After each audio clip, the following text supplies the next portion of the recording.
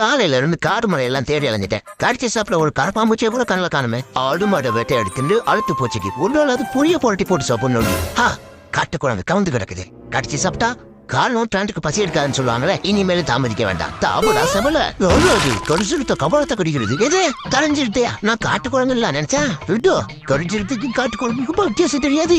அண்ணே நீ இருப்பேன்னு எனக்கு தெரியாம போயிடுச்சுடா. இனிமேல் இந்த ஏரியா பக்கமே வரமாட்டேடா. அந்த மன்னிச்சு விட்டுருந்தேன் இந்த ஒரு டைம். ஆமா இங்க நின்று என் பொண்டாட்டி எங்க அவங்க போய் 1/2 மணி நேரம் ஆகுதுன்னு. எந்த பொண்டாட்டி தான் புருஷனுக்கு பிரச்சனை பக்கத்துல இருக்கா? நாய் பொழப்பு நார பொழப்புன்னு சொல்லுவாங்க. நைட் எல்லாம் கண்ணு முழிச்சு காவல் காத்து இப்பதான் களைப்பார கொஞ்ச நேரம் படுக்கலான்ட்டு படுத்துருக்குறேன். இனிமே சாயங்காலம் தான் எந்திருக்கேன். எது சாயங்காலம் தான் எந்திருக்கேன். நமக்கு போறியா என்ன?